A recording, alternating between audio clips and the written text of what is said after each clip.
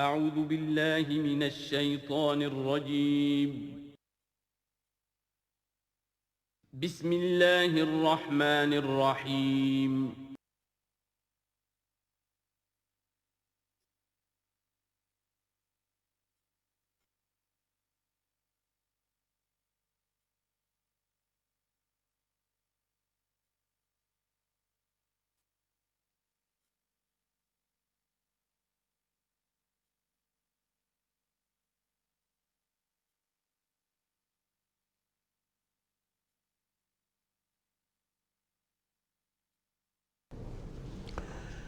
الحمدللہ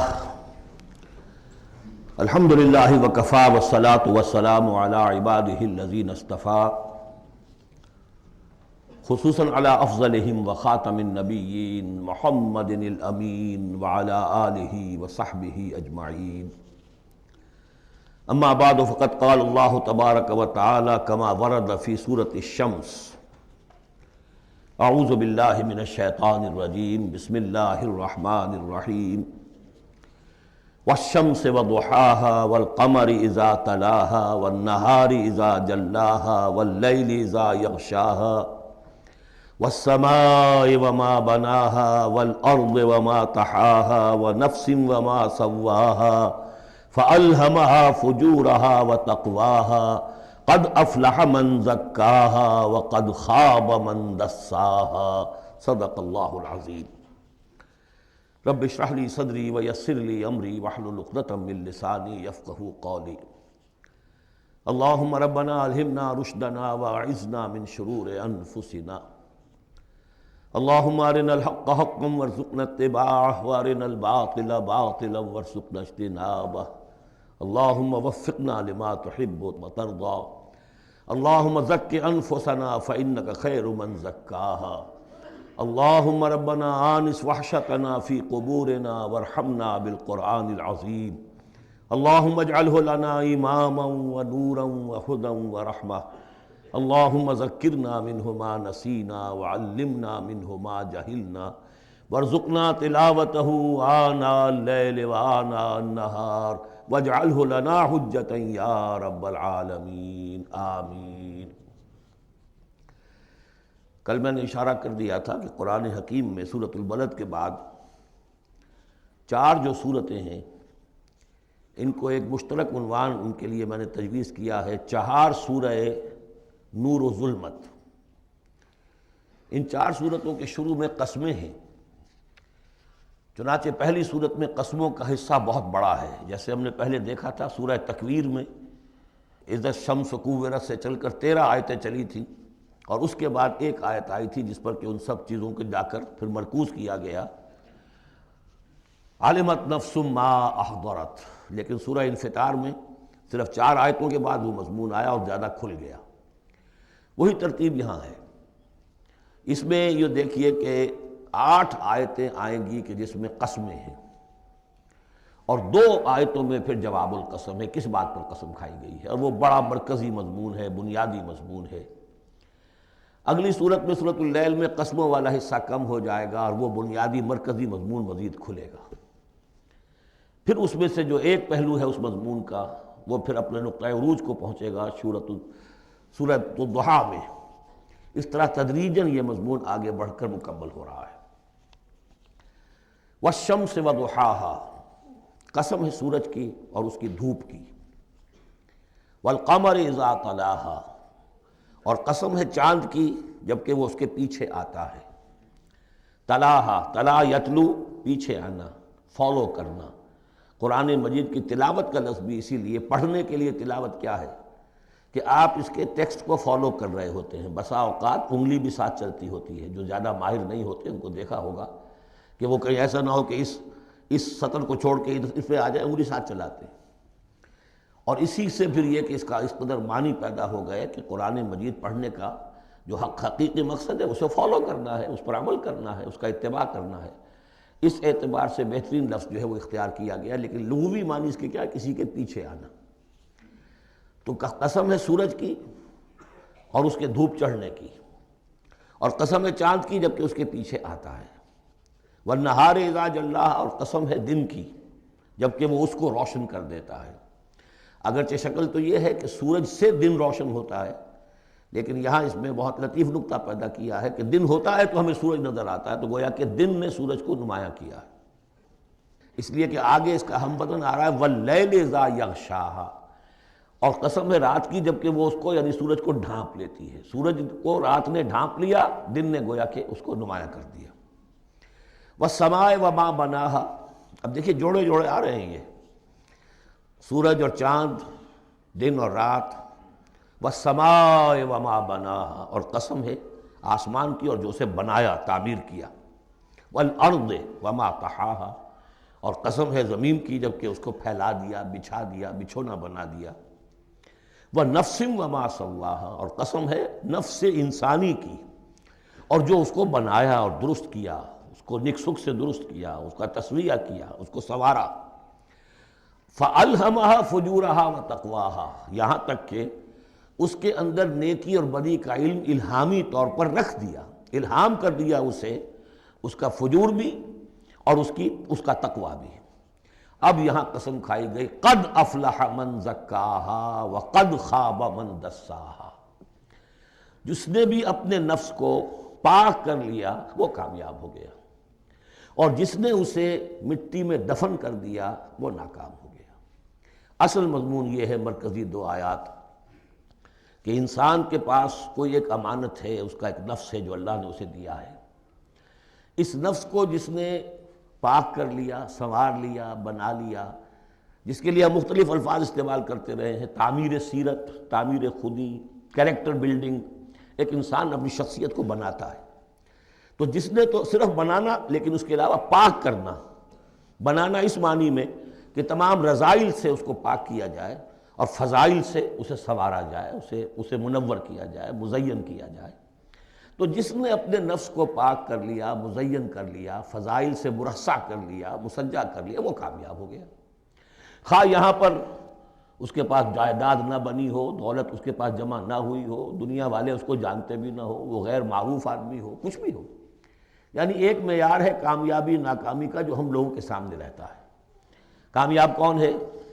زیادہ پیسے والا، زیادہ دولت والا، جو زیادہ پروفیشن میں شائن کر گیا، بزنس میں آگے نکل گیا، کسی بھی اعتبار سے۔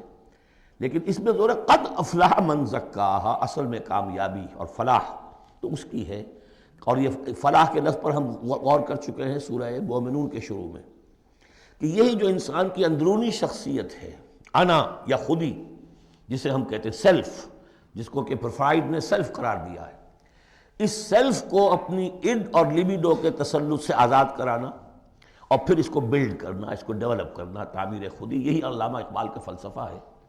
تو یہ ایسے ہی ہے کہ جیسے کہیں خزانہ تھا، آپ نے کھود کر اس میں سے خزانہ نکالا، تو یہ ہمارا سیلف جو ہے، ہماری خودی جو ہے، یہ بھی در حقیقت ہمارے اس حیوانی وجود کے اندر دفن ہے۔ اس حیوانی وجود کے اندر سے اس کو برآمد کرنا، جیسے کہ آم کی گٹھلی پھٹتی ہے تو اس میں سے دو پتے نکلتے ہیں تو اس سے آم کا درخت بننا شروع ہوتا ہے۔ اسی لیے وہ جو میں نے آپ کو اپنشد کا جملہ بھی سنایا تھا کہ man is in his ignorance identifies himself with the material sheaths which encompass his real self۔ اصل خودی، اصل انا، اصل میں وہ کون ہے؟ یہ میرا وجود ہے، یہ میرا جسم ہے، یہ میرے ہاتھ ہے، یہ میرے پاؤں ہیں، لیکن میرا میں ایک پوزیسو موڈ میں ایک پروناؤن آیا ہے، تو جو پوزیس کر رہا ہے جسم کو کون ہے؟ وہ ایک اس کی اندرونی لطیف شخصیت ہے، اسے انا سے، خودی سے، سیلف سے تعبیر کرتے ہیں، اور در حقیقت وہ عبارت ہے اس روح سے کہ جو اللہ تعالیٰ نے پھونکی ہے اس میں، وَنَفَخْتُ فِيهِ مِن رُوحِي۔ تو اس مٹی کے ڈھیر میں اس روح کو ڈالا گیا ہے، اس کو برآمد کرنا اور اس کو بنانا اور سنوارنا، یہ ہے اصل کام انسان کا۔ جو اس میں کامیاب ہو گیا وہ کامیاب ہو گیا۔ اور دسا یدسو ہم پڑھ چکے ہیں کہ جب کسی شخص کے ہاں اس زمانے میں، اس معاشرے میں کوئی خوشخبری آتی تھی کہ بچی پیدا ہو گئی ہے، تو ایک تو منہ چھپاتا پھرتا تھا وہ کہ بیٹی ہو گئی، میں بیٹی کا باپ شمار ہوں گا، اور سوچتا رہتا تھا کہ اسے میں اپنے پاس رکھوں، ام یدسھا فی التراب، یا اسے جا کے میں مٹی میں دباؤں۔ تو دسا یدسو دبا دینا، تو یہ ہے کہ جس نے اپنی اس خودی کو اسی حیوانی وجود میں دبا دیا، ختم کر دیا، قد خاب من دساہا، وہ ناکام ہو گیا۔ اب اس حقیقت پر ایک تو میں نے آپ کو نوٹ کرایا تھا کل کہ سورۃ الاعلیٰ پڑھتے ہوئے میں نے کہا تھا کہ بعض مضامین جو ہیں جو ان صورتوں میں آ رہے ہیں وہ سورۃ الاعلیٰ میں ان کی اصل جڑ پڑ چکی ہے، اور اس کی آخری 6 آیتیں جو ہیں وہ کیا ہے؟ قد افلح من تزکا وذکر اسم ربہ فصلی بل تؤثرون الحیاۃ الدنیا والآخرۃ خیر وابقی ان ھذا لفی الصحف الاولی صحف ابراہیم وموسیٰ۔ قد افلح من تزکا، جس نے پاکیزگی حاصل کر لی وہ کامیاب ہو گیا۔ یہاں اسے مزید کھولا کہ اس کا برعکس کیا ہے؟ قد افلح من زکاہا وقد خاب من دساہا۔ اس پر گواہیاں لائی گئی ہیں کہ جیسے تمہیں پوری اس کائنات میں تضادات نظر آتے ہیں، رات ہے دن بھی ہے، آسمان ہے بلند زمین ہے پست، بالکل اسی طریقے سے انسان کا معاملہ بھی یہ ہے کہ اگرچہ ویسے تو شکل و صورت میں سب تقریباً ایک جیسے انسان ہیں، ہیومن بینگز ہیں، لیکن 2 مختلف قسم کے راستوں پر یہ چل رہے ہیں۔ ایک راستہ وہ ہے کہ یہی حیوانی نفسانی خواہشات اور اسی کے اندر پوری زندگی جو ہے گزار دی اور اپنے اس اصل روح ربانی کو، اپنی اصل امانت الہیہ کو دبا دیا، گویا کہ چلتے پھرتی قبر بن گئے۔ اس کے لیے حیوان انسان چل رہا ہے، لیکن وہ انسان جو ہے وہ روحانی وجود اس کا وہ اس کے اندر دفن ہو چکا ہے۔ تو قد خاب من دساہا قد افلح من زکاہا، اس پر یہ ساری قسمیں کھائی گئیں۔ سورج ہے تو اس کے ساتھ چاند ہے، دن ہے تو اس کے ساتھ رات ہے، اسی طریقے سے آسمان ہے تو اس کے ساتھ زمین ہے، اور یہ جو نفس انسانی ہے اسے اللہ نے بڑا سنوارا ہے، بنایا ہے۔ اس نفس کے اندر بھی ایک ودیت کر دیا ہے نیکی اور بدی کا شعور۔ یہاں لفظ روح نہیں آیا، نوٹ کر لیجئے اسے، وَنَفْسٍ وَمَا سَوَّاهَا، یعنی جو یہ نفس انسانی ہے اس کے اندر بھی ایولیوشن ہوئی ہے۔ یہ نفس جو ہے ایڈو یا لیبیڈو، یہ گدھے میں بھی ہے، کتے میں بھی ہے، گھوڑے میں بھی ہے، شمپنزی میں بھی ہے، لیکن یہ سارا نفس کا بھی تو ایولیوشن ہوا ہے۔ اس ایولیوشن کا مرتبہ آیا ہے انسان میں آ کر، وہ یہ ہے کہ انسان میں اس کے اندر ایک حس پیدا ہو گئی ہے، مورل سینس، کہ کچھ چیزوں کو وہ سمجھتا ہے کہ یہ بری ہیں، کچھ چیزیں اچھی ہیں۔ اور یہ اتنا یونیورسل کانسیپٹ ہے کہ جس کو یوں سمجھیے کہ جس معاشرے میں جائیے سچ بولنا اچھا ہے، جھوٹ بولنا برا ہے۔ یہ کبھی ایسا نہیں ہوا کسی نے کہا ہو کہ جھوٹ بولنا اچھا ہے، سچ بولنا برا ہے۔ وعدہ کر کے پورا کرنا اچھا ہے، وعدہ خلافی کرنا برا ہے۔ جو شخص وعدہ خلافی کر رہا ہوتا ہے وہ بھی جانتا ہے کہ میں برا کام کر رہا ہوں، میرا اس کا ضمیر اس وقت اس کو ملامت کر رہا ہوتا ہے، جس کی قسم کھائی گئی ہے۔ لا اقسم بیوم القیامہ ولا اقسم بالنفس اللوامہ، یہ تمہارے اپنے اندر جو ہے مائی کانشنس از پنچنگ می، بھائی، کہ تمہارے اندر ایک اخلاقی حس ہے۔ یہ اخلاقی حس نفس انسانی میں ودیت شدہ ہے۔ روح میں جو کچھ ہے وہ تو اور بڑی شے ہے۔ روح انسانی میں تو معرفت خداوندی ہے اور محبت خداوندی ہے، دونوں چیزیں روح انسانی کے اندر موجود ہیں۔ ابھی یہاں سے نفس کی بات ہو رہی ہے۔ جیسے عالم خلق کے تمام جو مظاہر ہیں ان کو بیان کیا جا رہا ہے، سورج اور چاند عالم خلق کی چیزیں، عالم امر کی نہیں ہیں۔ رات اور دن عالم خلق کی چیزیں ہیں، آسمان اور زمین عالم خلق کی چیزیں ہیں۔ نفس بھی عالم خلق کی شے ہے، روح ہے عالم امر کی شے۔ تو نفس انسانی بھی نفس حیوانی سے ممتاز ہے بئی معنی کہ اس میں وہ ایک مورل سینس موجود ہے جس کی بنا پر اس کے اندر یہ شعور ہے، ودیت شدہ، الہام شدہ، الہمہا، الہام کر دیا اس میں کہ کچھ چیزوں کو وہ جانتا ہے یہ خیر ہیں اور کچھ کو جانتا ہے یہ شر ہے۔ اسی لیے قرآن مجید نے کثرت سے جو لفظ استعمال کیا ہے وہ معروف اور منکر۔ معروف وہ جو جانی پہچانی شے نفس انسانی جانتی ہے کہ یہ چیز اچھی ہے، منکر وہ جس سے کہ نفس انسانی اباح کرتا ہے یہ کیا ہے، یہ نہیں ہونا چاہیے، یہ فطرت اس کے اندر موجود ہے سرشت کے اندر۔ اب مرحلہ صرف یہ ہے کہ جب یہ بنیادی بیج تو اللہ نے تمہارے نفس میں ڈال دیا، اب اسے پروان چڑھانا تمہارا کام ہے، اسے آگے بڑھاؤ، پروان چڑھاؤ عمل صالح سے۔ الیہ یصعد الکلم الطیب والعمل الصالح یرفعہ، اچھا کلام ہو، اچھی بات ہو، اس کے اندر اوپر اٹھنے کی، اللہ کی طرف بڑھنے کی صلاحیت تو ہے، لیکن عمل صالح اس کے ساتھ ہوگا تو وہ اوپر اٹھے گا۔ تو یہ جو بھی پوٹینشل ہے انسانی فطرت کا، تو قد افلح جس نے وہ محنت کی، مشقت کی، اس نے اپنی اس اصل انسانی شخصیت کو برآمد کیا، اس مٹی کے ڈھیر میں سے بنایا، اسے ایک بڑا درخت بنا دیا، تناور درخت بنا دیا جس میں وہ پھل لگے ہیں جو ہم سورہ تغابن میں پڑھ رہے ہیں، وہ کامیاب ہو گیا۔ اور جس نے اس کو دبائے رکھا وہ مٹی ہی کی زندگی میں، اور جو جسمانی وجود ہے اسی کے تقاضوں کو پورا کرنے میں لگا رہا، وہ غائب ہو گیا، ناصر۔ اب اس کے بعد یہ کہ یہ معاملہ جس طرح انڈیویجولز کا ہوتا ہے ایسے ہی کسی معاشرے کا بھی ہوتا ہے۔ معاشرے میں بھی کچھ لوگ ہوتے ہیں کہ جو خیر کی طرف بلانے والے، کچھ ہوتے ہیں کہ جو بدی کی طرف بلانے والے، جس طریقے سے فرد کے اندر موجود ہے، اسی طریقے سے پھر اس کے اندر بھی اگر ایک قوم کا اجتماعی ضمیر جو ہے وہ زندہ رہے اور امر بالمعروف نہی عن المنکر کا فریضہ وہاں سر انجام دیا جاتا رہے تو معاشرے کی خیر ہوگی۔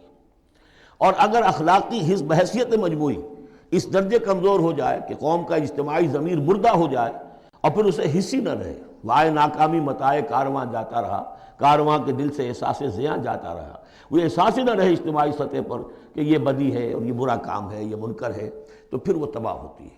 اس کی ایک مثال دی ہے، کذبت ثمود بطغواہا، قوم ثمود نے بھی جھٹلایا تھا اپنی سرکشی کے باوجود۔ اذ انبعث اشقاہا، جب ان کا جو سب سے شقی انسان تھا وہ کھڑا ہوا اور اس نے پھر اونٹنی کو جو اللہ تعالیٰ نے بطور معجزہ دی تھی اس کو اس نے ہلاک کر دیا۔ قال لهم رسول اللہ ناقۃ اللہ وسقیاہا، ان سے کہہ دیا تھا اللہ کے رسول نے کہ دیکھو یہ اللہ کی اونٹنی ہے اور اس کا پانی پینے کی جو باری کا دن ہے اس میں کوئی گڑبڑ پیدا نہ کرنا۔ فکذبوہ فعقروہا، انہوں نے اسے جھٹلا دیا اور اس کی کونچیں کاٹ ڈالی۔ فدمدم علیہم ربہم بذنبہم، تو الٹ پڑا اللہ تعالیٰ کی طرف سے ان پر عذاب ان کے گناہ کی پاداش میں، فسواہا، اللہ نے سب کو برابر کر دیا۔ ولا یخاف عقباہا، اور اللہ تعالیٰ کو اس کا کوئی ڈر نہیں کہ اس کا کیا نتیجہ نکلے گا، اس کی مخلوق تھی اس نے ختم کر دیا اور مخلوق کو وہ لے آئے گا۔ تو انفرادی اور پھر اجتماعی، ان دونوں چیزوں کو اس صورت کے اندر جمع کر دیا گیا۔ اب یہاں سے جو مضمون شروع ہوا ہے، اب دیکھیے اگلی صورت میں کھلے گا۔ اگلی صورت میں دو جوڑے آ رہے ہیں صرف، واللیل اذا یغشا، قسم ہے رات کی جبکہ وہ ڈھانپ لیتی ہے، والنہار اذا تجلی، قسم ہے دن کی جبکہ وہ روشن ہو جاتا ہے۔ یہ ہمارے خارج میں آفاق کے اندر دن اور رات۔ وما خلق الذکر والانثی، ہمارے انفس میں، ہمارے اندر کوئی مذکر ہے، کوئی مؤنث ہے، کوئی مرد ہے، کوئی عورت ہے۔ یہ جو تضادات بظاہر نظر آتے ہیں حقیقت میں تضادات نہیں ہیں، ان دونوں کے مل کے ہی در حقیقت فطرت اپنے مقاصد کی تکمیل کر رہی ہے۔ دن اور رات کے فرق سے ہی سارا نباتاتی نظام جو ہے یہ وہ سارا کا سارا اسی کے ساتھ وابستہ ہے، اسی سے اس کا ریسپریٹری سسٹم ہے، اسی سے یہ فوٹو سنتھسس اور سب کا یہ جو سولر انرجی ہے اس کا درختوں کی لکڑیوں میں آ کے سٹور ہو رہا ہے، یہ کیا ہو رہا ہے، یہ سارا کا سارا دن اور رات کے ساتھ ہے۔ اسی طریقے سے مرد اور عورت، اگر یہ فرق نہ ہو تو اولاد کیسے ہو، آگے نسل کیسے چلے؟ تو تضادات میں بھی توافق ہے یہاں، اگرچہ بعض چیزیں بظاہر متضاد ہیں لیکن ان میں توافق ہے، اللہ تعالیٰ نے اسی لیے پیدا کیا، لیکن ساتھ ہی یہ بتا دیا کہ جیسے یہ تضادات تمہیں نظر آ رہے ہیں واضح طور پر، دن اور رات، نر اور مادہ، ایسے ہی ان سعیکم لشتی، تمہاری جو سعی ہے، محنت ہے، بھاگ دوڑ ہے، وہ تو سب کر رہے ہیں۔ وہ تو کل ہم پڑھ چکے سورہ بلد میں، لقد خلقنا الانسان فی کبد، ہم نے تمام انسانوں کو مشقت میں پیدا کیا۔ مشقت انسان کا مقدر ہے، محنت کرنی ہے، جد و جہد کرنی ہے، معاشی جد و جہد ہے، اور بھی جو ہے پھر اولاد کا پالنا ہے۔ لا اقسم بہذا البلد وانت حل بہذا البلد، کسی کا کوئی نظریہ بھی بن گیا ہے، کوئی آئیڈیل بھی ہے، کسی آئیڈیالوجی کا ماننے والا ہے، اب اس پر اس کا بوجھ ہے کہ اس آئیڈیالوجی کو پروموٹ کرے، اس نظریے کو پھیلائے، اور پھر یہ کہ اس نظام کو قائم کرنے کے لیے تن من دھن لگائے۔ تو کتنے بوجھ ہیں انسانوں پر، پھر کتنے صدمے انسان اٹھاتا ہے۔ تو فرمایا کہ لا اقسم بہذا البلد وانت حل بہذا البلد ووالد وما ولد لقد خلقنا الانسان فی کبد، مشقت تو ہر ایک کو کرنی ہے، لیکن جو نتیجے نکلتے ہیں مشقت کے وہ بالکل برعکس ہیں، رات اور دن کا سا تضاد ہے ان میں۔ ان سعیکم لشتی، کوئی شخص اس محنت کے نتیجے میں اپنے آپ کو جنت کا مستحق بنا لیتا ہے، کوئی شخص اسی محنت کے نتیجے میں اپنے آپ کو دوزخ کا مستحق بنا لیتا ہے، راستے جدا ہو جاتے ہیں۔ اس کی بڑی پیاری تشریح ایک حدیث میں آئی ہے، حضور نے فرمایا کل نفس یغدو، ہر جان جو ہے صبح جب ہوتی ہے ہر انسان کی، فبائع نفسہا، پھر یہ کہ وہ اپنے نفس کو بیچتا۔ اب کوئی دفتر جا رہا ہے اپنی صلاحیت بیچ رہا ہے، کوئی بیچارہ وہ چونکہ اور کچھ نہیں سیکھ سکا تھا، اینٹیں ڈھو رہا ہے، تعمیر کا جہاں ہو رہی ہے، کوئی کسی چلا رہا ہے، کوئی ہل چلا رہا ہے، کسی کی مشقت، کوئی اپنی جسمانی جو قوت ہے وہ بیچ رہا ہے، کوئی اپنی ذہنی صلاحیت، اپنی ایکسپرٹیز، ڈاکٹر ہے اس نے بڑی مشکل سے فن حاصل کیا ہے، وہ بیٹھ کے فیس لے رہا ہے، لیکن بیچ رہا ہے اپنے آپ کو، اپنا وقت بیچ رہا ہے۔ تو کل نفس یغدو فبائع نفسہ فموتقھا وموبقھا، دن بھر کی محنت کر کے شخص ایک وہ شخص ہے جس نے حلال کو پیش نظر رکھا، حرام سے بچا، جھوٹ نہیں بولا، کسی کو دھوکہ نہیں دیا، کسی کے ساتھ جو ہے بے ایمانی نہیں کی، وہ شام کو آئے گا تو مشقت تو اس نے بھی کی ہے لیکن یہ لے کر آئے گا اللہ کی رحمت۔ دوسرا شخص مشقت اس نے بھی کی ہے، کہیں کم تول دیا تھا، کہیں کم ماپ دیا تھا، کہیں جھوٹ بول دیا تھا، کہیں کسی کی حق تلفی کی تھی، کہیں کسی کی عزت نفس پر حملہ کر دیا تھا، وہ مشقت بھی کر کے آئے گا اور شام کو جہنم کی گٹھڑی لے کر آئے گا اپنے کندھے پر۔ یا وہ نفس کو جہنم سے آزاد کرا کے آیا شام کو، اور یا وہ شام کو جہنم کے عذاب کی ایک گٹھڑی لے آیا ہے۔ تو کل نفس یغدو فبائع نفسہ فموتقھا وموبقھا۔ اب وہ بات ہے، اب یہ اس اعتبار سے سمجھ لیجئے کہ میرے نزدیک قرآن مجید کی اہم ترین یہ صورت ہے۔ ایک راستہ ہے، اس کے 3 اوصاف بیان کیے ہیں۔ اگر یہ 3 اوصاف ہوں گے تو خیر کے راستے پر آدمی بڑھتا چلا جائے گا، اور اگر اس کے برعکس 3 صلاحیتیں ہوں گی تو انسان گرتا چلا جائے گا، شر کی طرف جو ہے وہ اس کا قدم آگے سے آگے بڑھتا چلا جائے گا۔ پہلے 3 اوصاف کون سے ہیں؟ وَاللَّيْلِ إِذَا يَغْشَىٰ وَالنَّهَارِ إِذَا تَجَلَّىٰ وَمَا خَلَقَ الذَّكَرَ وَالْأُنثَىٰ إِنَّ سَعْيَكُمْ لَشَتَّىٰ فَأَمَّا مَنْ أَعْطَىٰ وَاتَّقَىٰ وَصَدَّقَ بِالْحُسْنَىٰ۔ جس شخص میں عطا ہے، جود ہے، سخاوت ہے، کسی کو بھوکا دیکھے تو اگر 1 روٹی ہے تو اس کو بھی بانٹ کر کھا سکے، کسی کو تکلیف میں دیکھے تو اگر اس کے پاس کوئی ہے ایسی چیز جس سے کہ اس کی تکلیف وہ رفع کر سکتا ہو تو دریغ نہ کرے، یہ عطا ہے، جود، عطا، سخاوت۔ فَأَمَّا مَنْ أَعْطَىٰ، پہلی شرط یہ ہے، چونکہ ہم سورہ بلد میں بھی دیکھا ہے کہ وہ جو گھاٹی ہے جس سے گزرنا مشکل ہے، فَلَقْتَحَمَ الْعَقَبَةَ، وہ کون سی گھاٹی تھی؟ فَكُّ رَقَبَةٍ أَوْ إِطْعَامٌ فِي يَوْمٍ ذِي مَسْغَبَةٍ يَتِيمًا ذَا مَقْرَبَةٍ أَوْ مِسْكِينًا ذَا مَتْرَبَةٍ ثُمَّ كَانَ مِنَ الَّذِينَ آمَنُوا وَتَوَاصَوْا بِالصَّبْرِ وَتَوَاصَوْا بِالْمَرْحَمَةِ۔ اس گھاٹی کو عبور کر کے اگر اہل ایمان میں شامل ہوگا تو ابو بکر صدیق بنے گا، عمر فاروق بنے گا، عثمان غنی بنے گا، اور اس گھاٹی کو عبور کیے بغیر کسی وجہ سے اسلام لے آیا، عبداللہ ابن ابی بن جائے گا۔ اگرچہ اس نے بھی کلمہ پڑھا ہے، اس نے بھی کہا ہے اشہد ان لا الہ الا اللہ واشہد ان محمد رسول اللہ، اور وہی کلمہ پڑھا ہے ابو بکر نے اور عمر نے اور عثمان نے اور علی رضی اللہ تعالیٰ عنہ۔ لیکن فرق کیا ہے؟ یہ زمین کچھ اور تھی جس میں بیج پڑا ہے، وہ زمین کچھ اور تھی جس میں بیج پڑا ہے، وہ زمین میں ہل چل چکا تھا۔ تو فرمایا کہ پہلی شے کیا ہے، اور یہ آیت ہم پڑھ چکے ہیں، 4 پارے کی پہلی آیت، لن تنالوا البر حتى تنفقوا مما تحبون، تم نیکی کے مقام تک رسائی حاصل نہیں کر سکتے جب تک کہ خرچ نہ کر سکو اللہ کے لیے اور اللہ کی مخلوق کے لیے، اور وہ چیز کہ جو تمہیں پسند ہو۔ یہ نہیں کہ جو اذکار رفتہ ہو گئی، بیکار ہو گئی، پرانی ہو گئی، دل سے اتر گئی، وہ دے دیا اور پھر سمجھا کہ ہم نے حاتم طائی کی قبر کو لات مار دی ہے، یہ نہیں۔ مما تحبون، نیکی کی گرد کو نہیں پہنچ سکتے، لن تنالوا البر حتى تنفقوا مما تحبون۔ تو پہلی شرط ہے اعطاء، دوسرا ہے واتقا۔ واتقا کیا ہے؟ وہی اخلاقی حس جو ہے وہ اگر بیدار ہے، نتیجہ کیا نکلے گا کہ وہ پھر نیکی کرنا چاہے گا، بدی سے بچے گا۔ وہی فَأَلْهَمَهَا فُجُورَهَا وَتَقْوَاهَا، اگر یہ حس مر نہیں گئی ہے، یہ دفن نہیں ہو گئی ہے، اس کے اوپر حوث جو ہے اس کا غلبہ نہیں ہو گیا ہے، کوئی اور غلط جو ہے انسان کا رجحان اس نے اسے دبا کر نہیں رکھ دیا ہے، تو تقا اس کے اندر ہوگا، میں کسی کا دل نہ دکھا دوں، میں کسی کا حق نہ مار لوں، اس کے اندر ایک احساس ذمہ داری جو ہے وہ موجود رہے گا۔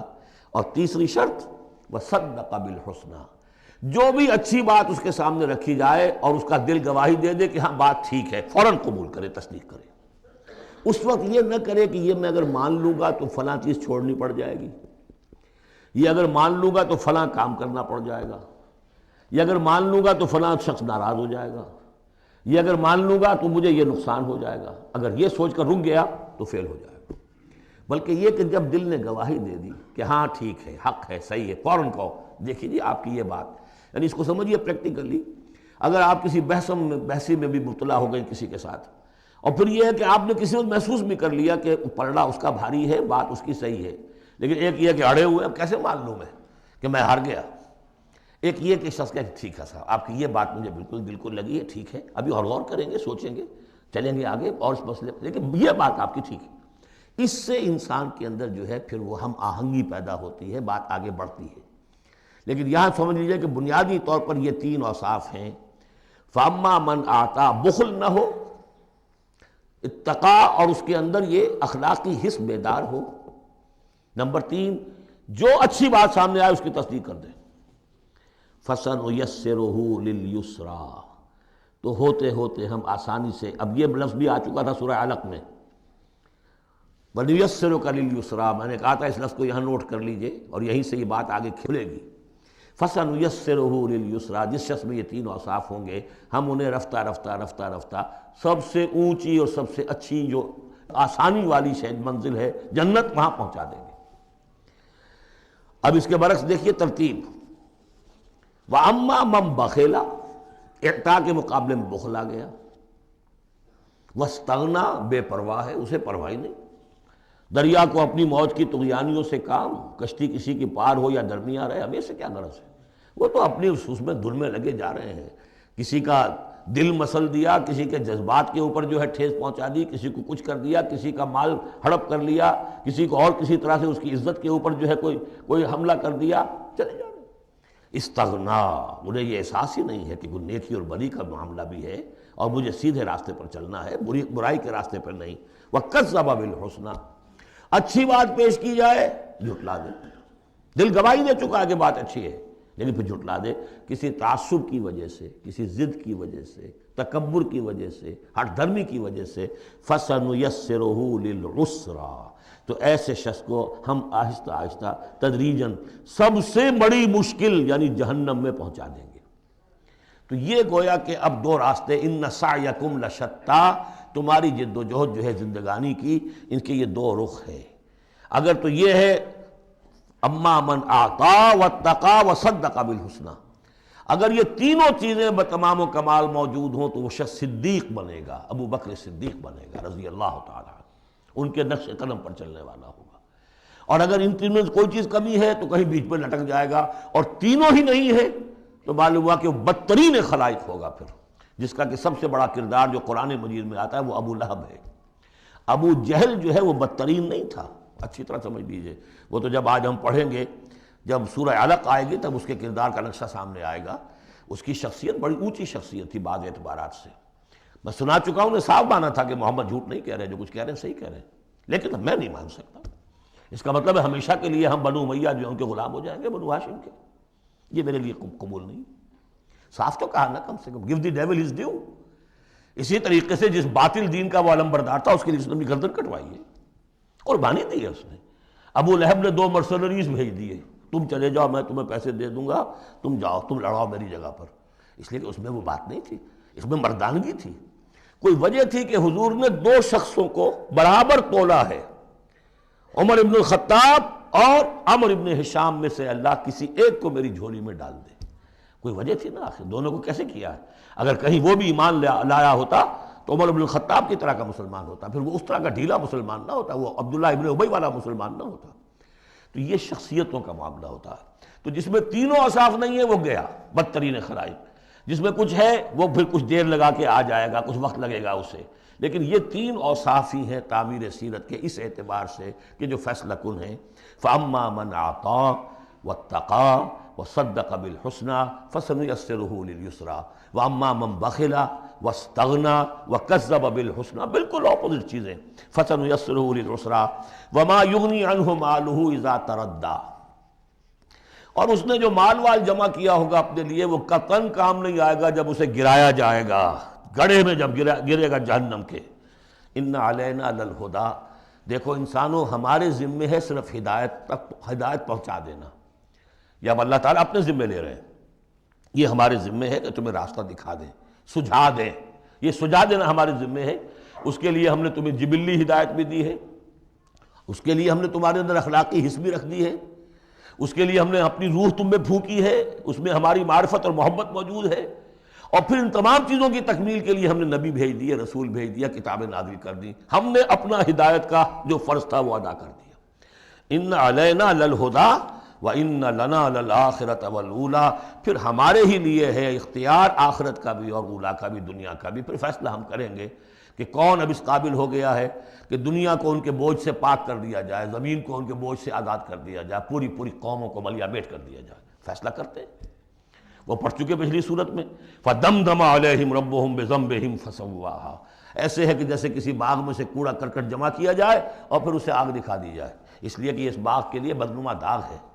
اب تو یہ کہ وہ انسان جو ہے کہ جو پھر اس حد تک ہدایت کے واضح ہو جانے کے بعد کہ نبی آ گیا، کتاب آ گئی اور اس نے ماڈل پیش کر دیا اپنی زندگی کے اندر، پھر بھی نہیں مانا، تو پھر یہ جو بھی فیصلہ ہے وہ ہم کرتے ہیں۔ فَأَنذَرْتُكُمْ نَارًا تَلَظَّىٰ، دیکھو میں نے تمہیں خبردار کر دیا اس آگ سے جو بھڑک رہی ہے اور وہ منتظر ہے۔ لا یصلاھا، ہم دیکھ چکے ہیں کئی جگہ آیا ہے کہ وہ تو دھاڑ رہی ہے بھوکے شیر کی طرح، اسے تو چاہیے اپنی خوراک۔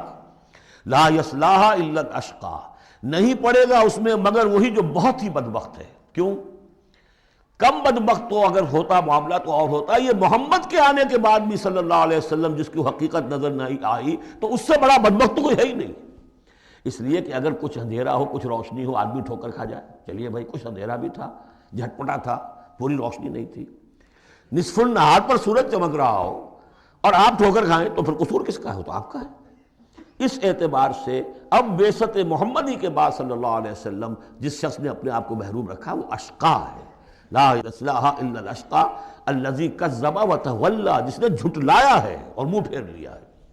وَسَيُجَنَّبُهَا الْأَتْقَى، اور ہم بچا دیں گے یا بچا دیا جائے گا اس سے جو بہت ہی متقی ہے۔ اس آیت کے بارے میں تقریباً کنسنسس ہے کہ یہاں مراد حضرت ابوبکر ہیں رضی اللہ تعالیٰ عنہ۔ اتقا، وہ تینوں صفات بتمام و کمال جس میں تھے وہ ابوبکر تھے۔ یہی وجہ ہے کہ تصدیق بالحسنہ میں ایک لحظہ نہیں لگا۔ حضور فرماتے ہیں کہ میں نے جس کے سامنے بھی اپنی نبوت کی دعوت رکھی اس نے ضرور کچھ نہ کچھ توقف کیا، سوچا، سوائے ابوبکر کے کہ ایک لحظے کا توقف نہیں کیا۔ اور ان کی شخصیت میں وہی چیزیں موجود تھیں، غریبوں کے اوپر شفقت تھی، نیکی کی، اور بنیادی طور پر وہ موحد تھے، انہوں نے کبھی بت پرستی اختیار نہیں کی زندگی میں، تو وہ صلاحیت جو ہے تقویٰ بھی تھا، اعطاء بھی تھا، خرچ کرنے کی صلاحیت تھی۔ انہوں نے خرید کر جو ہے غلام جتنے تھے جو مسلمان ہو گئے تھے، غلام اور کنیزیں، اور جن کے اوپر سخت جو ہے پرسیکیوشن ہو رہی تھی، ٹارچر ہو رہا تھا ان کے آقاؤں کی طرف سے، منہ مانگے دام دے کر ان کے آقاؤں کو نے خریدا ہے اور آزاد کیا ہے۔ فَأَمَّا مَنْ أَعْطَىٰ وَاتَّقَىٰ وَصَدَّقَ بِالْحُسْنَىٰ، یہ تینوں اوصاف بتمام و کمال ابو بکر میں، ابو بکر صدیق اور صدیق اکبر رضی اللہ تعالی عنہ۔ خواتین میں الصدیقۃ الکبریٰ حضرت خدیجہ الکبریٰ ہیں رضی اللہ تعالی عنہ۔ وَسَيُجَنَّبُهَا الْأَتْقَى الَّذِي يُؤْتِي مَالَهُ يَتَزَكَّىٰ، جو اپنا مال دیتا ہے اپنے نفس کو پاک کرنے کے لیے۔ وہ مال کیوں دے رہا ہے؟ کیوں خرچ کر رہا ہے؟ کیوں بلال کو اس نے خریدا ہے؟ باپ نے کہا ابو قحافہ نے، وہ تو ایمان نہیں لائے تھے اس وقت تک، وہ تو فتح مکہ کے بعد ایمان لائے، وہ کافر رہے پورے عرصے کے دوران، مشرک رہے۔ تو باپ نے یہ کہا کہ ابو بکر تمہیں اگر کوئی خریدنا ہی تھا غلام اور کسی کو آزاد کرنا تھا تو کوئی دیکھتے، اچھا غلام دیکھتے، کوئی طاقتور سے دیکھتے جو تمہارے کام بھی کبھی آتا۔ انہیں کیا پتہ تھا کہ ابو بکر تو کسی اور چیز کا طلبگار ہے، اسے کچھ اور چاہیے، اسے کوئی، یعنی جو شخص کسی غلام کو آزاد کر دیتا تھا وہ اس کا مولا رہتا تھا، پھر بھی وہ ایک درجے میں اس کے تابع ہوتا تھا، اس کی بات سنتا تھا، اس کا حمایتی ہوتا تھا۔ اخلاقی طور پہ بھی سمجھ میں آ رہا ہے کہ ایک شخص نے اپنی رقم خرچ کی ہے اور آپ کو خرید کے آزاد کر دیا ہے تو اب آپ بے دام جو ہے غلام تو ہو گئے نا اس کے، اس لیے کہ یہ کہ وہ غلامی نہیں ہے، مولا کہلاتے تھے وہ، جیسے کہ حضرت زید ابن حارثہ بھی مولا تھے حضور کے، اور اسی طریقے سے اور بھی بہت سے ہیں جن کے بارے میں آتا ہے کہ انہوں نے جو حدیث روایت کی ہے، ثوبان رضی اللہ تعالیٰ وہ بھی مولا تھے حضور کے، مولا اس معنی میں۔ تو فرمایا کہ تم نے یہ کیا کیا، کس کو تم نے خریدا اور اتنی بڑی رقم دے دی؟ جو مانگا امیہ ابن خلف نے، وہ بھی حیران رہ گیا، ٹھیک ہے دو۔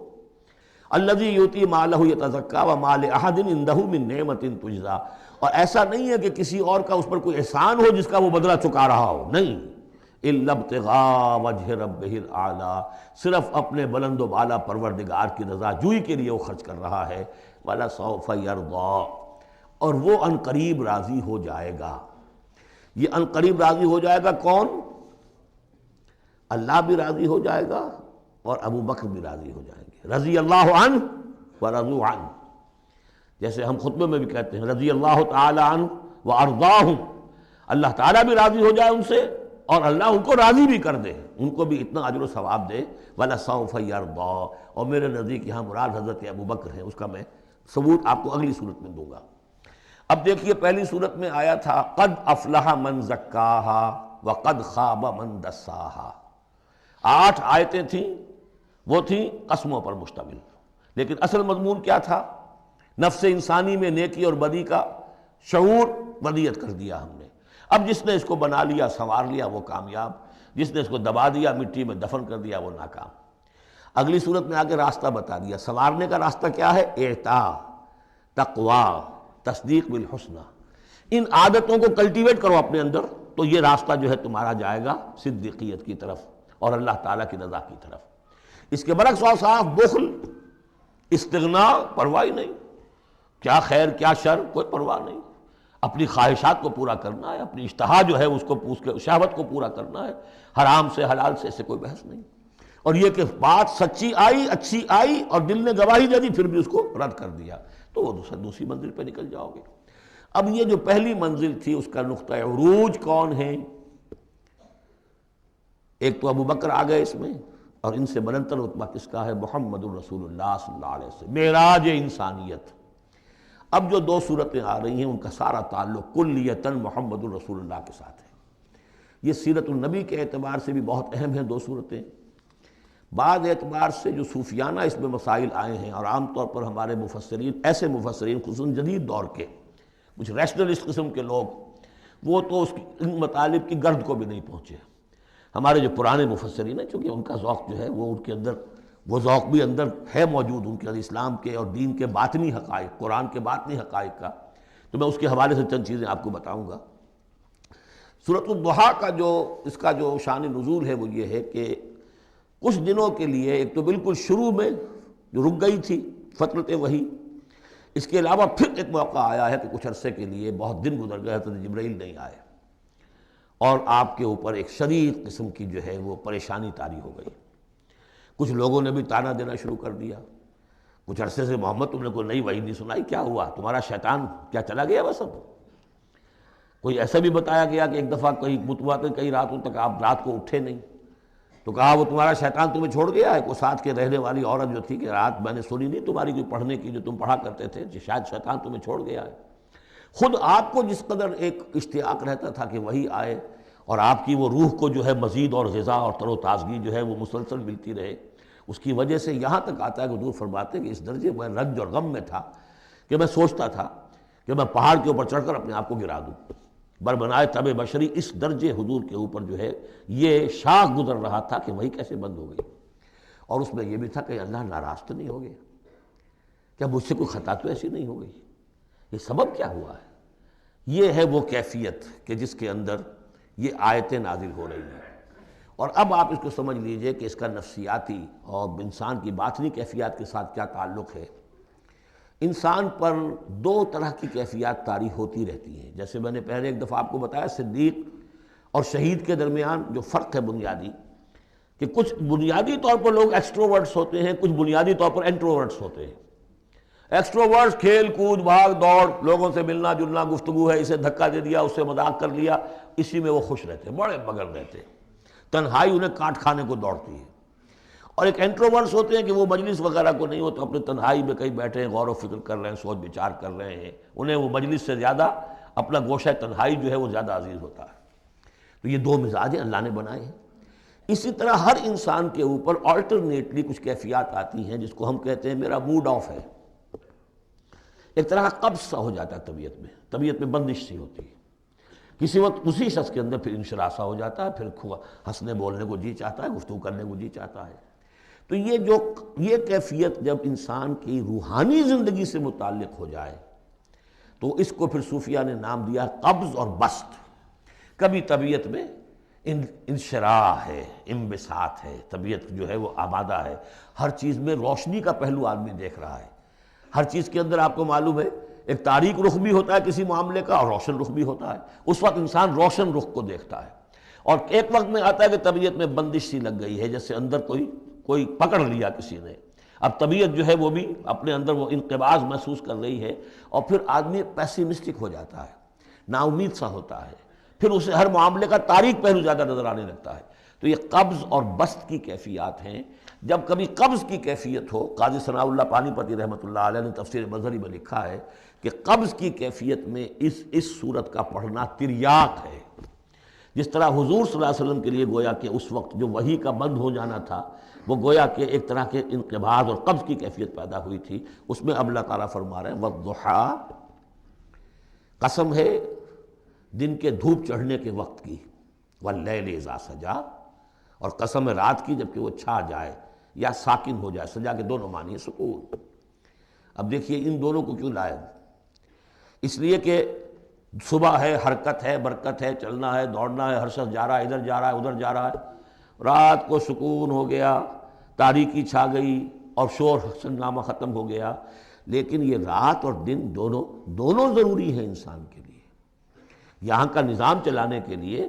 اگر رات ہی رات ہوتی تب بھی یہ دنیا نہ چلتی، اور دن ہی دن ہوتا تب بھی نہ چلتا، تو رات بھی ضروری ہے۔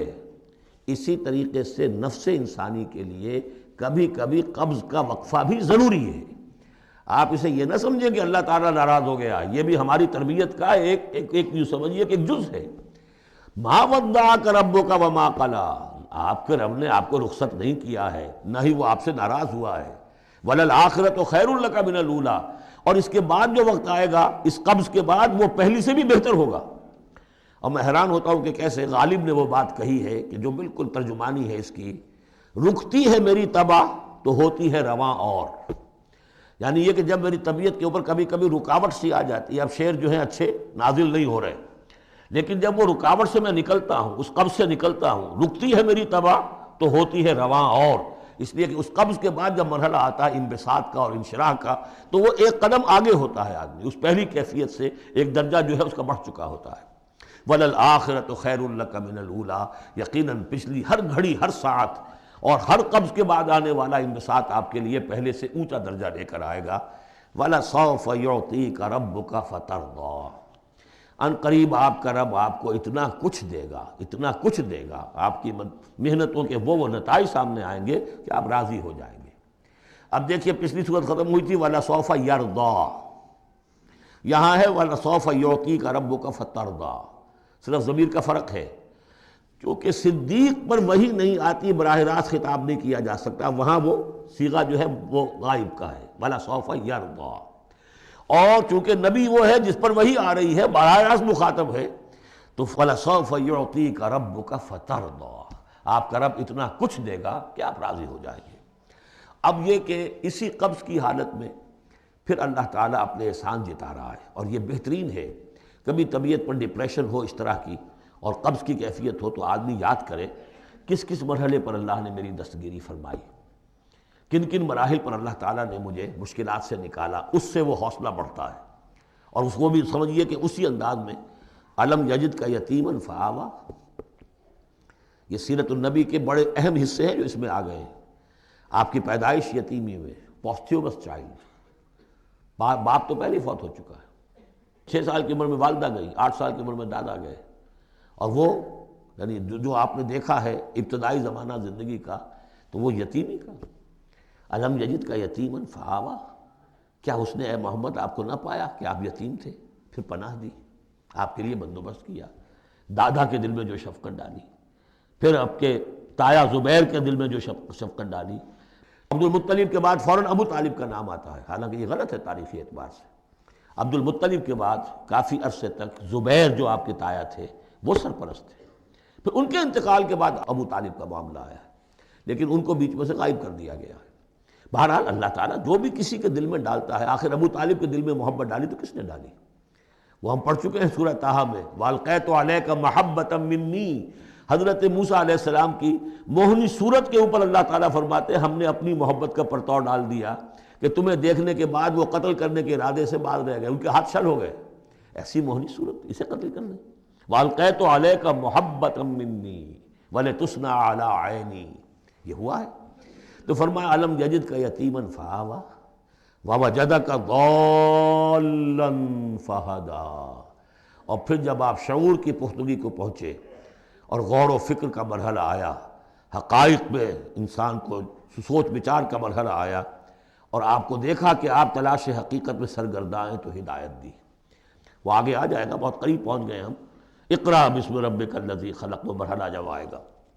وَوَجَدَكَ عَائِلًا فَأَغْنَىٰ، اور پایا آپ کو تنگ دست تو غنی کر دیا۔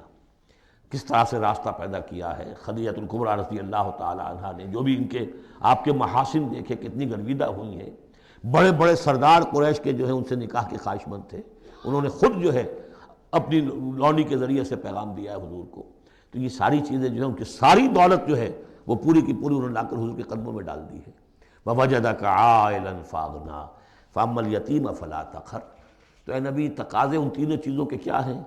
ہم نے آپ کو یتیم پایا، پناہ دی، اب آپ بھی یتیم کے سرپرستی کیجئے، کسی یتیم کو اس کے اوپر کوئی جبر نہ ہو، سختی نہ ہو۔ وَأَمَّا السَّائِلَ فَلَا تَنْهَرْ، اور آپ جب کہ تلاش حقیقت میں سرگرداں تھے تو ہم نے آپ کو ہدایت دی، اسی طریقے سے اب آپ کو بھی کوئی شخص سائل بن کر آپ کے پاس آئے، سوال کرے، اسے جھڑکنا نہیں ہے۔ اسے جو بھی سائل دونوں طرح کے ہوتے، سوال کرنے والا کوئی علمی سوال اور سوال کرنے والا کوئی مالی مدد کے لیے۔ وَأَمَّا بِنِعْمَةِ رَبِّكَ فَحَدِّثْ، اور جو ہدایت تمہیں دی ہے ہم نے اب اسے عام کرو، یہ نعمت ہے، آپ کے رب کا انعام ہے، یہ ہدایت جو آپ کو عطا ہوئی ہے اس کو بیان کرو۔ اس کے بیان کرنے میں یہ بھی ہے کہ اللہ کے انعامات کا چرچا انسان کرے اس کا شکر ادا کرنے کے لیے، اور یہ بھی ہے کہ اس کو پھیلائے اور عام کرے، دوسروں تک پہنچائے، ورنہ وہ بخل ہو جائے گا کہ وہ دولت جو ہے ہدایت کی اس کو آدمی صرف اپنی ذات تک محدود رکھے اور اس کا جو خیر ہے وہ دوسروں تک نہ پہنچائے۔ سورۃ الانشراح، بسم اللہ الرحمن الرحیم۔ الم نشرح لک صدرک ووضعنا عنک وزرک الذی انقض ظہرک ورفعنا لک ذکرک۔ کیا ہم نے آپ کے لیے آپ کے سینے کو کھول نہیں دیا، انشراح نہیں دے دیا آپ کو، اور آپ پر جو ایک بوجھ پڑا ہوا تھا وہ اٹھا نہیں لیا۔ الذی انقض ظہرک، جو آپ کی کمر کو دوہرے کیے دے رہا تھا، توڑے دے رہا تھا۔ ورفعنا لک ذکرک، اور ہم نے آپ کے ذکر کو بلند کر دیا۔ فإن مع العسر یسرا ان مع العسر یسرا، تو یقیناً مشکل کے ساتھ ہی آسانی ہے، یقیناً مشکل کے ساتھ ہی آسانی ہے۔ فإذا فرغت فانصب وإلى ربك فارغب، تو جب آپ فارغ ہو جائیں تو پھر یہ کہ خوب کمر کس لیجئے، محنت کیجئے اور اپنے رب کی طرف راغب ہو جائیے۔ یہ مشکلات القرآن میں سے ہے۔ عام طور پر سمجھتے ہیں لوگ کہ جو مشقتیں تھیں دعوت و تبلیغ میں، اور جو آپ کے اوپر جو لوگ فکرے چست کر رہے تھے اس کی وجہ سے آپ کو یہ رنج ہو رہا تھا، تو یہاں اصل میں یہ بات نہیں ہے، وہ بھی ہے اپنی جگہ پر، حقیقت میں بات کون سی ہے؟ اور کیونکہ یہ بھی معلوم ہے کہ یہ بالکل ابتدائی زمانے کی صورتیں ہیں، لہذا اس دور میں تو ابھی اس طریقے کا جو ہے کوئی بہت زیادہ پرسیکیوشن بھی نہیں تھی، بہت زیادہ مخالفت بھی نہیں تھی، اس سے کہیں زیادہ بڑے مراحل سے آپ کو گزرنا پڑا ہے۔ 3 سال کی جو بھی شیب بنی ہاشم کی قید ہے وہ بعد کی بات ہے، جو یوم طائف آ رہا ہے وہ اس کے بہت بعد کی بات ہے، یوم اور بہت بعد میں آ رہا ہے۔ یہ اصل میں کیا ہے، جس شخص کو اللہ تعالیٰ نبوت دیتا ہے اس کی سب سے زیادہ جو خواہش ہوتی ہے وہ اللہ کے ساتھ لو لگا کر بیٹھا رہے، اور رسالت کا فریضہ ایسا ہے کہ جاؤ خلق خدا کو ہدایت کا راستہ دکھاؤ۔ اب کہاں وہ کیفیت، دن ڈھونڈتا ہے پھر وہی فرصت کے رات دن بیٹھے رہے تصور جانا کیے ہوئے، کہاں اللہ کی طرف رخ کر کے اللہ کا بندہ کھڑا ہے رات کے وقت، کیا اس کی کیفیت ہے، اس کے قلب کی، اس کی روح کی کیا انشراح ہے، کیا انبساط ہے، کن بلندیوں پر اس وقت وہ ہے، کس روحانی وسعتوں کے اندر جو ہے وہ اس وقت پیراکی کر رہا ہے، اور کب جا رہے کسی نے کہہ دیا پاگل ہے، کسی نے کہہ دیا کہ یہ تو مجنون ہے، دیکھو ذرا یہ شخص ہے جو کہتا ہے آپ کے معبودوں کو کہ یہ غلط ہے۔ اب اس کا ایک تکدر ہو رہا ہے دل کے اوپر، کہاں وہ کیفیت۔ علامہ اقبال نے اسے لکھا ہے، 4th لیکچر ہے ان کا جو خطبات میں سے، شیخ عبدالقدوس گنگوہی رحمۃ اللہ علیہ کا قول دیا ہے۔ وہ کہیں کسی کیفیت میں بیٹھے ہوئے تھے اسی طرح مراقبے میں، اچانک اقامت کی آواز آ گئی، اب جماعت کھڑی ہو رہی ہے، تو وہ آ رہا کھڑا ہونا ہے، وہ تو نماز میں تو جانا ہے، تو کہا کیا، جھنجھلا کر کہا، حضوری سے نکال کر دربانی میں کھڑا کر دیا۔ اس وقت جس مراقبے کی کیفیت میں میں تھا وہ تو حضوری کی کیفیت مجھے حاصل تھی، اب میں دربانی میں آ گیا ہوں یہاں پر۔ نماز تو آپ پڑھیں گے تو امام کے پیچھے پڑھیں گے، اس نے کہا اللہ اکبر تو کرنا ہی ہے رکوع، چاہے ابھی آپ کے دل چاہ رہا ہے اور قرآن پڑھا جائے تو کیسے ہوگا، تو اس کا حکم ماننا آپ نے۔ آپ چاہ رہے ہیں سجدے میں پڑے رہے ابھی سر نہ اٹھائیں، لیکن وہ تو کہے گا اللہ اکبر، تو سر آپ نے اٹھانا ہی ہے۔ تو وہ ایک اور نظام ہے، وہ نظام با جماعت ہے، اس سے ایک جماعت کی تشکیل جو ہے وہ مطلوب ہے، اور ایک ہے انسان کا اپنا روحانی طرف ہو، اس کے کچھ اور تقاضے ہوتے ہیں۔ تو جیسے حضرت موسیٰ سے کہا گیا ہر دفعہ آپ نے دیکھا اذهب الى فرعون انه طغى، اور وہ اگر وہیں پر رہتے ڈیرا لگا دیتے، ہر وقت گفتگو ہو رہی ہے، مخاطبہ مکالمہ مل رہا ہے، تو جو لذت اس میں تھی، اس کے اندر جو ہے وہ جو مشقت ہے وہ یہ تھی۔ رفتہ رفتہ پھر آپ کا مزاج اس کا خوگر ہوا ہے، اور پھر یہ کہ جب اللہ تعالیٰ نے اس میں بہت سے لوگوں کو بھی شامل کر دیا، پھر وہ جو تسکین پیدا ہوئی کہ ایک شخص وہ ہوتا ہے جو اکیلا، اس کو مولانا روم نے بڑی خوبصورتی سے بارش کا ایک بتایا ہے مثال، کہ بارش میں ایک مرحلہ ہوتا ہے کہ سمندر سے بخارات اوپر جا رہے ہیں، نہایت صاف شفاف، اس میں تو کوئی قدورت نہیں ہوتی، وہ تو ڈسٹلڈ واٹر جا رہا ہے، وہ اوپر گیا، پھر وہ گیا، اس نے بارش کی شکل اختیار کی، جب بارش کو بن کر وہ گرا ہے تو اس نے اب فضا کو بھی دھو دیا، تو فضا کی قدورت اپنے اندر لی نا، فضا کو صاف کر کے وہ آیا نیچے، زمین کا بھی گند صاف کرتا ہے، صاف کر کے اور وہ گند لے کے دریا میں شامل ہوا، اور پھر گیا اور سمندر میں جا کر گند اس نے وہاں چھوڑا، پھر وہ پاک ہو کر صاف ہو کر بڑی ہی یعنی لطیف شکل میں پھر یہ ہو رہی ہے، یہ ہے ایک سیر الی اللہ، اللہ کی طرف بڑھا جا رہا ہے، رات کو اللہ کا بندہ کھڑا ہے اور اللہ سے مناجات ہو رہی ہے، یہ وہ ہے بخارات کا اوپر اٹھنا، نہایت پاکیزہ لطیف کیفیت۔ اور جب آپ آئے ہیں تو بارش کے مانند ہیں، اب آپ دھو رہے ہیں، تو جو دھو رہے ہیں اس سے خود اپنے آپ کو بھی تقدر ہوتا ہے، کسی نے کچھ کہہ دیا، کسی نے کچھ کہہ دیا، کسی نے کچھ کہہ دیا، کسی نے فقرہ چست کر دیا، اب آپ کو ضرورت ہے کہ پھر ذرا اپنے آپ کو بھی صاف کریں دوبارہ، پھر رات کو کھڑے ہو جائیں۔ سیر الی اللہ، سیر فی اللہ، سیر عن اللہ الی اللہ، یہ جو ہے جو تبلیغ کا اور فریضہ رسالت ہے، یہ بھی سیر الی اللہ ہے نتیجے کے اعتبار سے، لیکن اس وقت عن اللہ ہے، اللہ کی طرف تو پشت ہو گئی۔ اب دیکھیے جب آپ نماز میں کھڑے ہیں تو رخ کدھر ہے؟ اللہ کی طرف، جا رہے ہیں تبلیغ کے لیے تو اللہ کی طرف تو پشت ہو گئی، اب تو آپ جا رہے ہیں تو خلق کی طرف آپ کا رخ ہے، اللہ کی طرف تو پشت ہے۔ اس حوالے سے وہ عروج ہے، یہ نزول ہے، اور یہ نزول جو ہے یہ بڑا شاق گزرتا ہے کسی ایسے شخص پر جسے عروج کی لذت حاصل ہو گئی ہو۔ یہ ہے وہ سختی، الم نشرح لک صدرک ووضعنا عنک وزرک الذی انقض ظہرک ورفعنا لک ذکرک فإن مع العسر یسرا ان مع العسر یسرا فإذا فرغت فانصب۔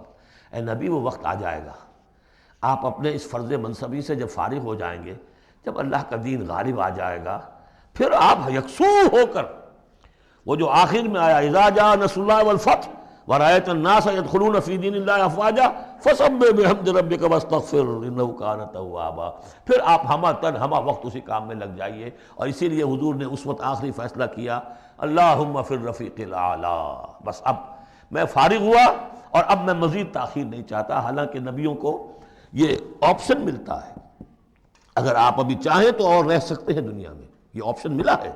چنانچہ حضور نے اپنے مرض وفات میں جو خبر دی آ کر، جب آپ نے نماز پڑھائی ہے، بیماری میں ذرا سی کمی ہوئی تھی، باہر آپ آئے ہیں، حضرت ابوبکر نماز پڑھا رہے تھے، حضرت ابوبکر کے پاس جا کر آپ جو ہے بیٹھ گئے، اب حضرت ابوبکر جو ہے وہ اقتداء کر رہے ہیں حضور کی، اور پوری جماعت کر رہی ہے اقتداء حضرت ابوبکر کی۔ یہ نماز ہے، آخری باجماعت نماز۔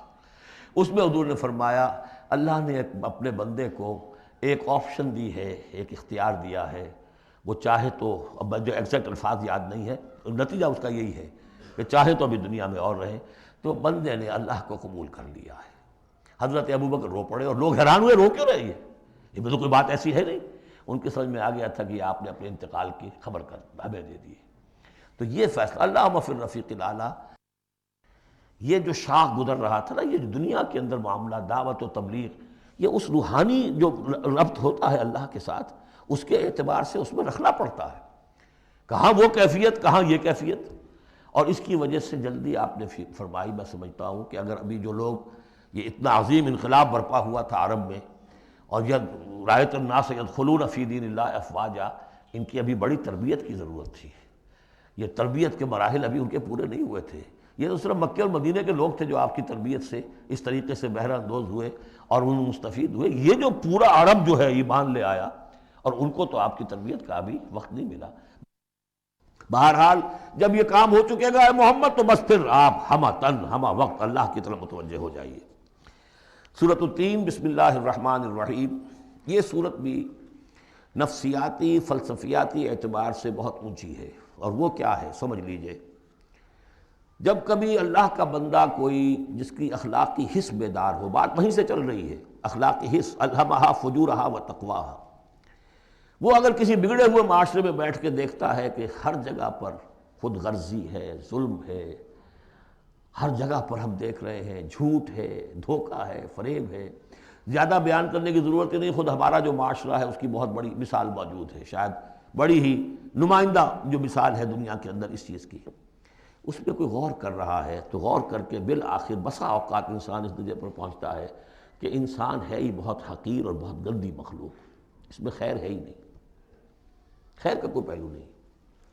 اور یہ میں آپ سے عرض کر دوں، آج کے سارے جو ماہرین نفسیات ہیں ان سب کا حاصل یہی ہے کہ انسان میں کوئی اعلیٰ شے ہے ہی نہیں، یا پیٹ ہے، یا اس کی شہوت ہے، یا حب تفوق ہے، یا اینیمل انسٹنکٹس ہے، کسی خیر کا مجھے کسی بھی جو بھی ہو آپ کا سائیکالوجسٹ کو بتا دیجئے کہ وہ کسی خیر کا بھی آپ کے اندر کوئی سراغ لگا کر بتا سکے۔ یہ جو ایک آتی ہے انسان کے اوپر مایوسی، حساس انسان پر، اس میں یہ صورت نازل ہوئی ہے کہ انسان شر ہی شر نہیں ہے، گند کی پوٹ ہی نہیں ہے، اس میں بڑی بلندی کا پہلو بھی ہے۔ والتین والزیتون، گواہ ہے انجیر اور گواہ ہے زیتون، وطور سینین اور گواہ ہے وہ پہاڑ طور سینا، وہذا البلد الامین اور گواہ ہے یہ شہر امین، امن والا شہر۔ لقد خلقنا الانسان فی احسن تقویم، ہم نے تو انسان کو بہت بلند حساب پر، بہت عمدہ تخلیق پر بنایا تھا۔ اب قسموں کا اس کے ساتھ ربط کیا ہے؟ تین، انجیر، یہ اس علاقے میں کثرت سے ہوتی تھی، اور کہتے ہیں کہ اس پہاڑ کا نام بھی جبل تین تھا، جہاں حضرت نوح علیہ السلام نے دعوت و تبلیغ کی 9.5 برس تک، 950 برس تک۔ زیتون اس پہاڑی کا نام ہے، اور وہاں زیتون کے درخت تھے جہاں حضرت مسیح علیہ السلام نے سرمن آف دا ماؤنٹ، مشہور پہاڑی کا آواز، اسی پر آپ کے زیادہ تبلیغی مباحث ہوئے ہیں۔ طور سینین تو واضح ہے، حضرت موسیٰ علیہ السلام کو جہاں ہم کلامی حاصل ہوئی۔ ھذا البلد الامین، اور یہ امن والا شہر جس میں محمد الرسول اللہ دعوت و تبلیغ کے فریضہ سر انجام دے رہے ہیں۔ ان شخصیتوں کو اصل میں ان مقامات سے مراد یہ شخصیتیں ہیں۔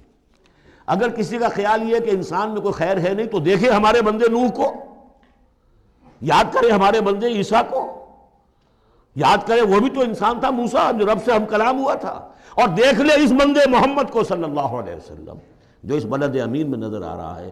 کیا تمہیں ثبوت نہیں مل جائے گا کہ انسان میں تو بڑی عظمت رکھی تھی ہم نے؟ یہ دوسری بات ہے، آپ اپنے آپ کو حیوان ہی سمجھ لیں، حیوان بنا لیں۔ فَلَا تَكُونُوا كَالَّذِينَ نَسُوا اللَّهَ فَأَنسَاهُمْ أَنفُسَهُمْ، یہ تو آپ کا کام ہے، آپ نے کیا ہے، یہ گراوٹ تو آپ کو ملی ہے۔ حقیقت میں اللہ تعالیٰ نے بنایا تھا، وہ تو بہت اونچے مقام پر بنایا تھا۔ آدم مسجود ملائک، آدم خلقتہ بیدی، اپنے دونوں ہاتھوں سے بنایا ہے۔ تو انسان سرشت کے اعتبار سے کچھ کمزور ہے، فطرت کے اعتبار سے بہت بلند ہے۔ یہ میں دونوں الفاظ بار بار استعمال کرتا رہا ہوں، اب ان تمام چیزوں کی وضاحت ممکن نہیں ہے۔ اس کا روحانی وجود سب سے اونچا ہے، اس کا حیوانی وجود بہت نیچے ہے۔ اصل میں اس حیوانی وجود میں آ کر یہ نیچے چلا گیا ہے۔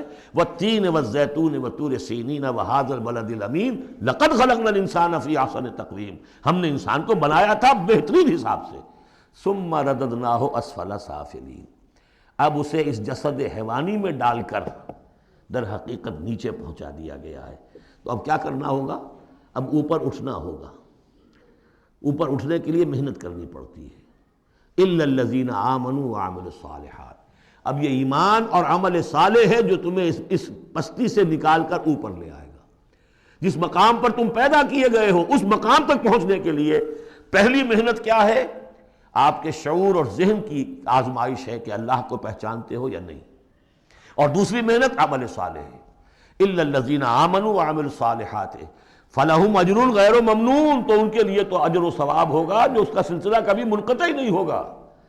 فما یکذبک بعد بالدین، اب اس کے ساتھ ہی ایک بات ایسی جوڑ دی کہ اگر تمہیں بھی نظر آ رہا ہے کہ کچھ لوگ بلند ہیں، کچھ پست ہیں، کچھ گھٹیا ہیں، کچھ بڑھیا ہیں، تو سوال یہ کہ اس کا کوئی نتیجہ بھی نکلنا چاہیے کہ نہیں؟ پھر کیا چیز ہے جو تمہیں آمادہ کرتی ہے جزا و سزا کے انکار پر؟ الیس اللہ باحکم الحاکمین، کیا اللہ تعالیٰ تمام حاکموں سے بڑا حاکم نہیں ہے؟ تو کیا کوئی حاکم ایسا بھی تم نے دیکھا کہ جو اپنے نیکوکار بندوں کو اور اپنے غداروں کو اور اپنے باغیوں کو ایک جیسا کر دے؟ تو اگر انسانوں کے اندر یہ دونوں طرح کے کردار موجود رہے ہیں جو تمہیں زیادہ نظر آ رہے ہیں وہ تو دوسری طرح کے ہیں، ہم نے بھی تمہیں دکھا دیے نا۔ موسیٰ بھی اللہ کا بندہ تھا، انسان تھا، عیسیٰ بھی تو ایک انسان تھا، یہ محمد بھی چلتے پھرتے جو ہے ثبوت ہے انسانی عظمت کا، یہ انسان کے اندر عظمت بھی ہے۔ اگرچہ ادھر اگر متوجہ نہیں ہوگے تو واقعی حیوانوں سے بھی بدتر ہو جاؤ گے۔ اولئک کالانعام بل ہم اضل۔ بارک اللہ لی ولکم فی القرآن العظیم ونفعنی وإیاکم بالآیات والذکر۔